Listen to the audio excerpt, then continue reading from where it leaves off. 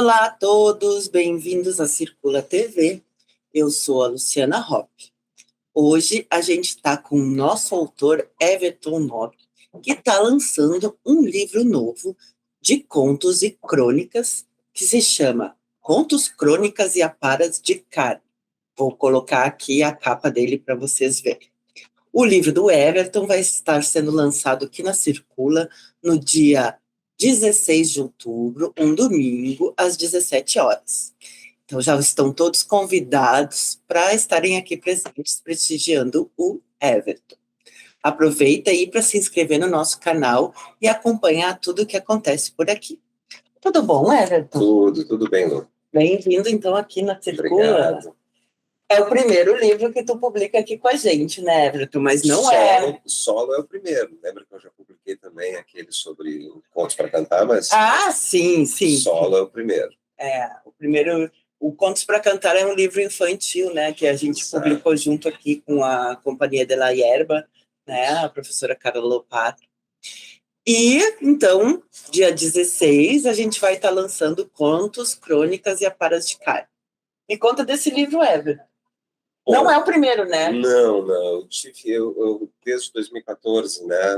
O primeiro lançado foi um livro chamado A Vida que a Morte Leva, que eu tenho dificuldade, às vezes, de definir exatamente o que eu estou escrevendo. Então, é um conjunto de contos que, na verdade, se juntam, né, em uma história maior. Seria talvez uma novela, né? Mas, como eu disse, eu sempre tenho dificuldade. Aliás, né, e depois... o segundo livro foi Das Bruxas, né? Esse sim, um livro estritamente de contos, né?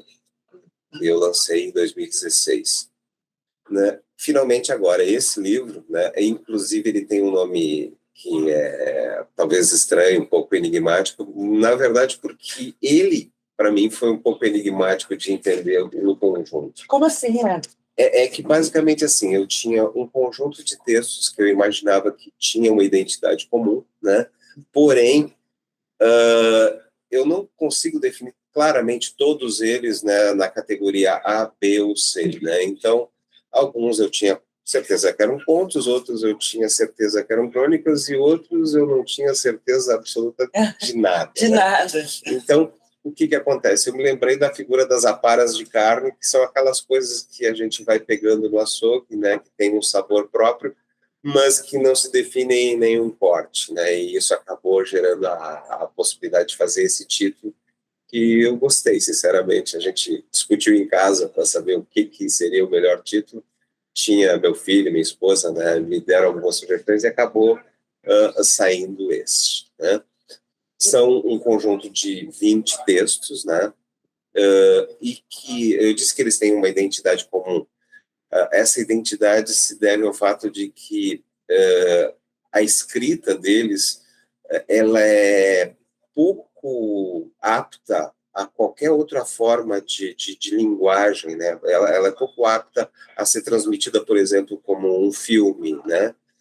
Porque ela é feita para ser lida e não para ser exposta de outra forma qualquer. Por exemplo, um livro biográfico, eu posso fazer a trajetória do fulano de tal, da Beltrana, né? Uma novela, um romance, em geral, eu consigo traduzir ele, né, em uma narrativa visual que vai ter coerência e vai fazer com que a pessoa perceba a intenção do autor, mesmo que não perfeitamente como o livro foi escrito, mas, enfim, né, de uma maneira racional. Eu acho que no caso desses contos, em grande parte, se a pessoa, por exemplo, assistisse um filme, o impacto seria completamente diferente, porque não é uma linguagem acho que não apropriada. renderia, né? Eu acho que a linguagem não é apropriada, entende? É um livro para ser lido. É um livro para ser lido. Não... Mas ele é ilustrado, né? Teu irmão ilustrou, perfeito, conta aí essa sim, história. Perfeito. O que acontece? Teu irmão mora em Buenos Aires. Meu irmão mora em Buenos Aires, né? Ele trabalha com dança lá, né? Ele é professor de tango, é como eu brinco com ele que de tango? Professor de tango como é o nome dele? Felipe Nobre, Felipe Lima Nobre, é o ilustrador. Muito bem. Ele é formado aqui pela URGS, né, em artes visuais, e há muitos anos, há mais de 10 anos, ele mora em Buenos Aires, né? Ele foi para lá em função da dança, E às vezes eu brinco com ele, com outras pessoas, dizendo que um brasileiro indo para Buenos Aires para dar aula de tango é mais ou menos como um japonês indo para Salvador para dar aula de capoeira, né? Então, além disso, ele é um ótimo ilustrador, ele tem um traço que eu acho muito bonito. E eu vou botar aqui uns desenhos para vocês verem. Eu pedi a ele que ele lesse os textos e que ele fizesse uma tradução visual, né, desses textos na forma de ilustração. Então, cada texto tem uma ilustração correspondente, a capa, inclusive, foi dele, o desenho da capa, né, mas cada texto tem uma ilustração correspondente que o impacto que o livro, que o texto teve sobre ele, né, naquele caso específico. O ponto número 1, o número 2, no total de, são 20, como eu disse, né? E aí... Qual é o teu preferido? É difícil, porque eles têm linhas, assim, né? Alguns são mais humorados, outros são mais tocantes. Tem alguns ácidos. Tem alguns muito ácidos, tem alguns meramente reflexivos, né? Então, meramente talvez não seja a palavra adequada, mas são reflexivos. Então, eu gosto. Eu gosto do primeiro, né? Eu acho uma história bonitinha, né? Mas eu gosto também muito do Jogo de Par ou Ímpar, né? Gosto da Manada, o Mauro gosta muito do... O Mauro é o editor do livro. Mauro é o editor do livro, ele gosta muito de Mesa de Sacrifício, né? Então, e as pessoas gostam isso aconteceu no outro livro, era estranho, não existia um conto preferido das pessoas que liam, né?